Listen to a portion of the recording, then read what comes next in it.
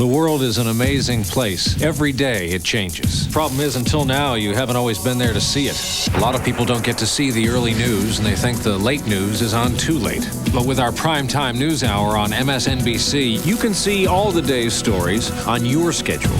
You can even get into the news by getting on the internet. When the day is just about done, the world isn't going anywhere. It'll now be there waiting for you. The News with Brian Williams, every night at 9, only on MSNBC. Imagine if you could turn back time. Good evening, I'm Tom Brokaw. I have a dream. It was like being in the eye of a hurricane. Relive your life and times with exclusive moments from NBC News. Join Jane Pauley for Time and Again, every night at 7 Eastern on MSNBC. Make the digital revolution work for you with The Site, on cable, on the internet. The Site, every night at 10, only on MSNBC. The revolution begins here. From now on, the promise of the internet and the power of television become one. Because from now on, NBC News and Microsoft will revolutionize the way you get news. MSNBC. A 24-hour cable and internet news service. The future of news from the people you know. MSNBC.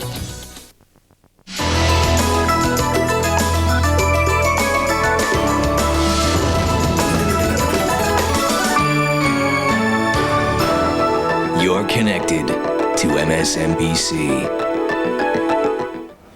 Good morning and welcome to MSNBC. I'm Jody Applegate, and here are some of the top stories we're covering for you today.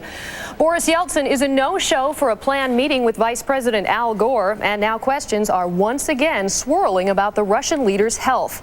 Bob Dole is fading fast. A new MSNBC poll has a bleak forecast for the Republican candidate, and the U.S. and Saudi Arabia can't see eye to eye in the wake of that bombing. The U.S. wants to move its troops to safer quarters, but the Saudis say no way.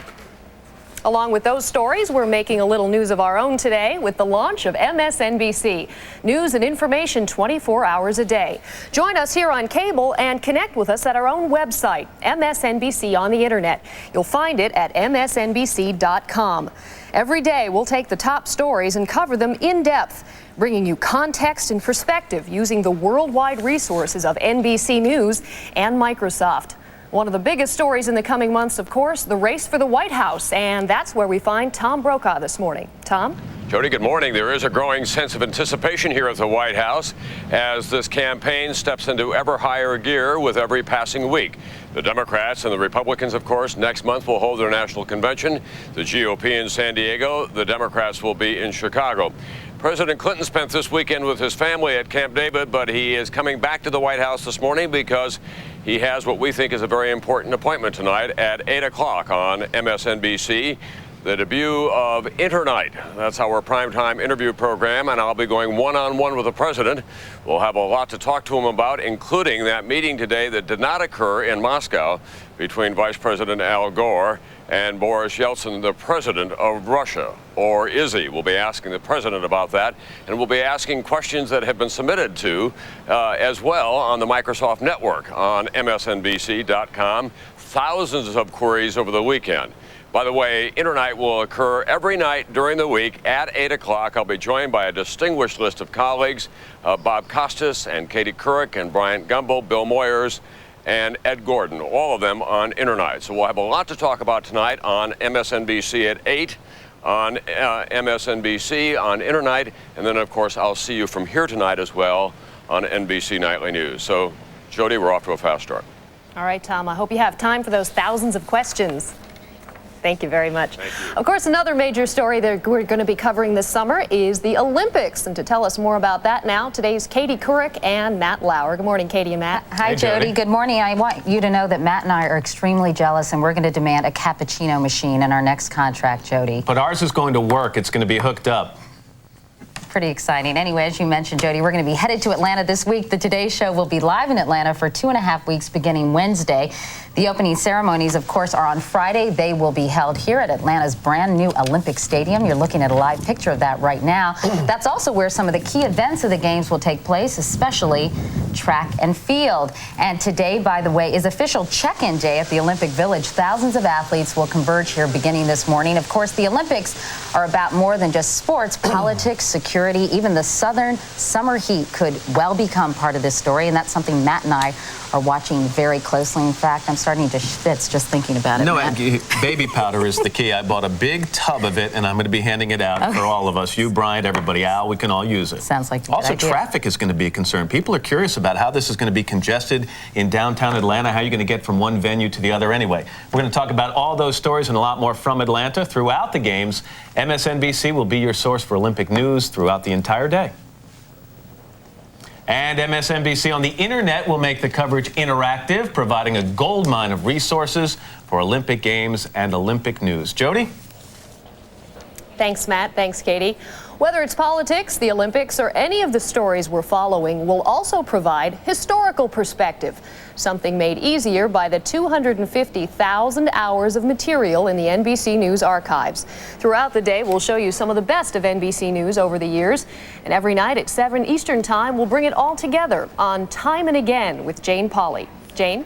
Thanks, Jody. NBC News has been around a long time, bringing the news to generations of Americans.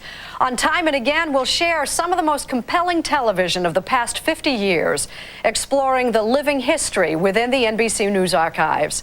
We'll connect the past to the present, revisiting stories large and small, reported by all the great men and women of NBC News. The Nightly News with Tom Brokaw carries on the tradition of Huntley and Brinkley, of Frank McGee, and the late John Chancellor.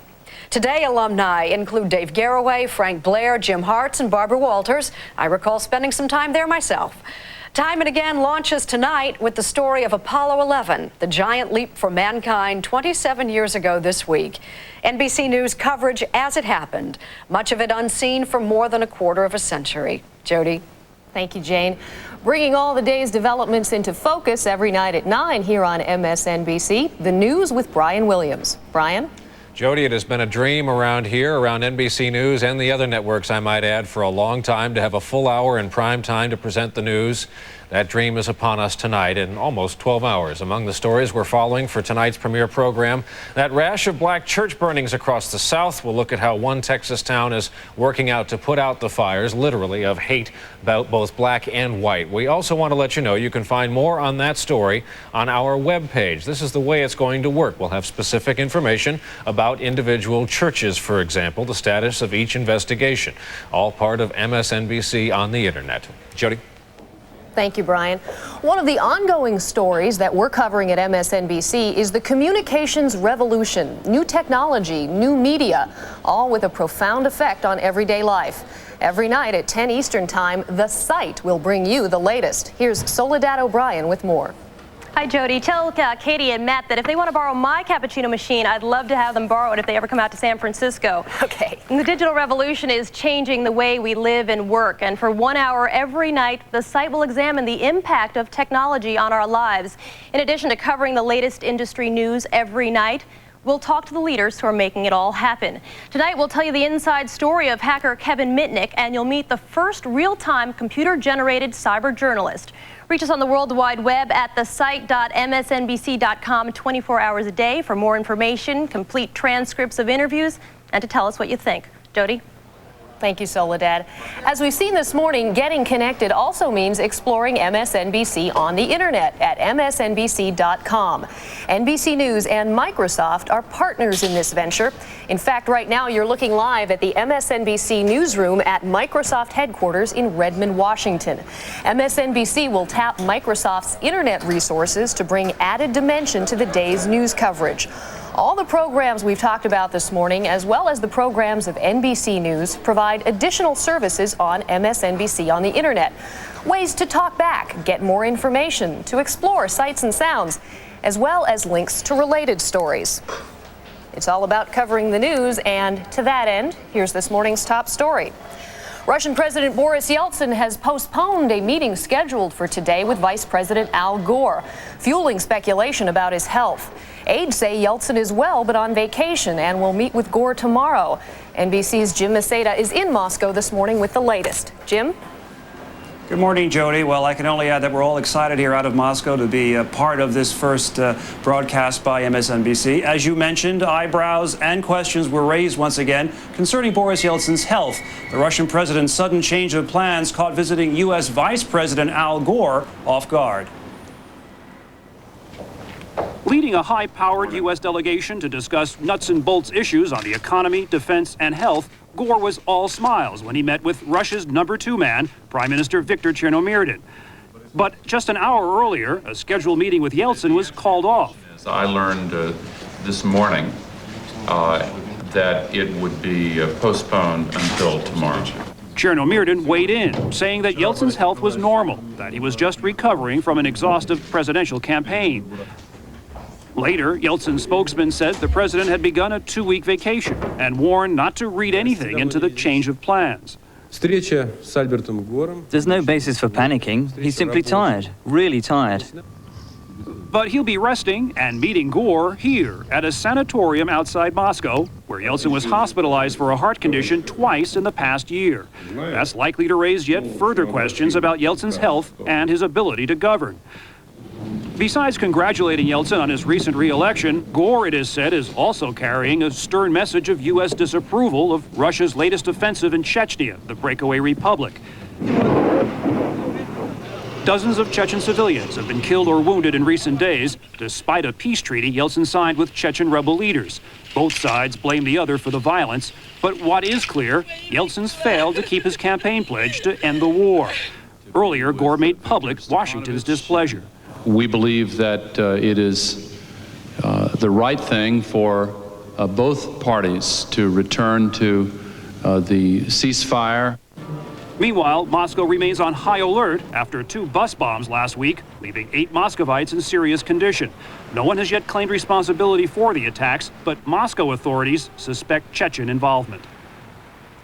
This post-election meeting was to highlight a renewed back-to-business attitude, getting reforms in Russia back on track. But again, it's questions about Yeltsin and Russia's future that cast a long shadow. Jody, sorry.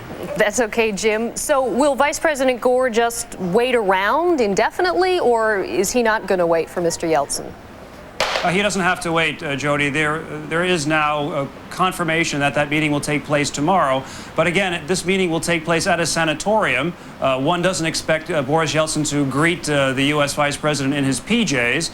But then again, he will be in a somewhat weakened position, and that picture is going to get out around the world and is very, very likely to raise the same questions about whether Yeltsin can govern, and if he can't, who governs in his stead.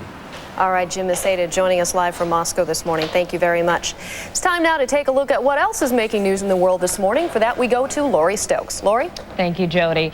3 weeks after that deadly truck bombing in Saudi Arabia, the U.S. complains that it's being shut out of the investigation. The Saudis say that they found the bomber's getaway car just days after the attack. The FBI agents say that they haven't seen it. Another contentious issue between the two nations. The U.S. wants to move some of its troops to safer locations. The Saudi defense minister says the U.S. forces are safe right where they are. A shaky peace in Northern Ireland is shattered for the first time in 2 years. A bomb went off in Northern Ireland in a small town on the southern border. The blast is reinforcing fears that full-scale terrorism has returned to the province. NBC's Kevin Tibbles has been following the unrest. He joins us now from Belfast. Kevin?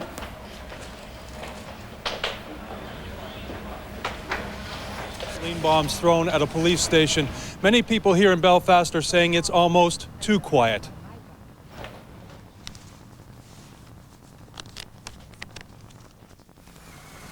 This morning, the inevitable, the first funeral since the rioting began, that of a Catholic man killed early Sunday fighting with police. Overnight, Northern Ireland was an eerie place. The streets of its cities quiet, left to the police and army to patrol. A stark contrast to the barrage of gasoline bombs, rocks, and bottles that have rained down since last Thursday. Instead of rioting, angry Catholics took to the streets, marching in memory of the dead man showing their defiance. Peace demands justice, and justice needs change. And there are powerful elements in this state who don't want change. This, the worst wave of violence in 20 years, was sparked by Protestant demands to march past Catholic neighborhoods. Protestants are also seething because an IRA splinter group is suspected of blowing up this hotel Saturday night. People are now waiting for the Protestant militants to retaliate. On the streets, people are seething. Ask a Protestant who's to blame, you hear this. The future of peace should be very, very well if we could get rid of the IRA. Then ask a Catholic. Yes, I would say we're on the slippery slope of disaster, and I think it's all got to do with loyalist politicians. Protestant loyalist politician Billy Hutchison, who also blames the IRA, sees it this way. Yes, I think that's the problem with Northern Ireland. I think that people's always looking for scapegoats. People may be looking for scapegoats, but they're also looking for martyrs. Today's funeral just means the peace talks will be under added pressure when they resume this week. And already one political party here has said it will not be attending those peace talks, a protest over the fact the orange Protestant marches were allowed to go through Catholic neighborhoods. So before the peace talks even get underway, things are looking mighty bleak here in Northern Ireland. This unrest at this recent flare-up of violence could carry over the water to the Isle, to London, that we could see what we saw back in the 80s with the IRA and bombings. In many aspects, we've already seen that. There have been 3 bombs in the London area, one at Canary Wharf, also in Manchester, at a British Army base in Germany. I think that's why I said at the beginning of all this that people are saying it's almost too quiet. They're waiting to see what the Protestant militants are going to do, and on this, at the same hand, they're wondering what the IRA is going to get up to. Explain to us a little bit about the splinter groups, not the IRA, but the other splinter groups. How radical are they? How much power do they have? I think the splinter groups are a bit of a wild card because they are the rogues in all of this. Perhaps they may be attached to the IRA, but they're not taking their directives from the IRA. At least if they are taking their directives from the IRA is not admitting it. And that is, I think that's the one reason why people are suggesting that the Protestants may not retaliate here, because it wasn't the provisional IRA that set off that bomb on Saturday night. It was a splinter group. People are hoping that because it was a splinter group, there may not be the severe retaliation that many people are fearing. Thank you, Kevin. NBC's Kevin Tibbles reporting from Belfast. Well, intense heat is keeping firefighters from claiming 2 victims of a natural gas blaze in Dime Box, Texas. It's about 55 miles east of Austin. It began last Saturday when a rig exploded, sending flames shooting into the sky. Flames are visible from 20 miles away, and officials say the fire may burn for as many as 10 days. It's unknown what caused the explosion. And sports driver Jeff Krosnoff died Sunday when his car went airborne. His wheels touched the car in front of him. The Toronto crash also took the life of a racetrack worker. Meanwhile, in France, 5 people are dead following a race crash there. The car plowed into a group of spectators. The winds have died down a bit, but the cleanup is just beginning. The Red Cross is tallying the damage in the wake of Hurricane Bertha. Bertha's long gone, but while she was here, she destroyed nearly 200 homes along the North Carolina coast and damaged about 6,000 more. 10 teams of state and federal emergency workers and insurance officials are touring the state, trying to put a dollar amount on those damages. Nothing quite so exciting going on in the weather this morning. Here's a quick scan of what's happening around the country. Thunderstorms up in the northeast corridor, some of them severe, but the rain is good news in the west. That shaded area that you see means one corner of the drought country is getting some relief. The rain in the southeast is bringing one more small benefit. It's cooling things down just a bit. Florida is a bit below normal, but it's not going to be sweater weather. If you're traveling today, you can expect to run into some summer showers in the southeast, but the only trouble spot is in the northeast. It's a great day for traveling in the Midwest or doing just about anything else you feel like doing. Let's go back now to Jody. All right, Lori, 17 minutes into our first day. How you feeling so far? Pretty good. How are you feeling? Well, so far, so good. Yeah, We've got 24 hours to fill here, so we're not going to do all 24 hours, so no. No, not in a row anyway. All right, thank you very much, Lori. Well, ethical questions, Whitewater, and the FBI files case have not cut into Bill Clinton's lead over Bob Dole. In fact, an MSNBC poll shows the president is pulling away from his Republican challenger. Voters say they're better off now, and they think Clinton cares about them, while Dole is a candidate of the rich. We're going to take a break now, but we'll have more on our MSNBC political poll when we come back. Stay tuned.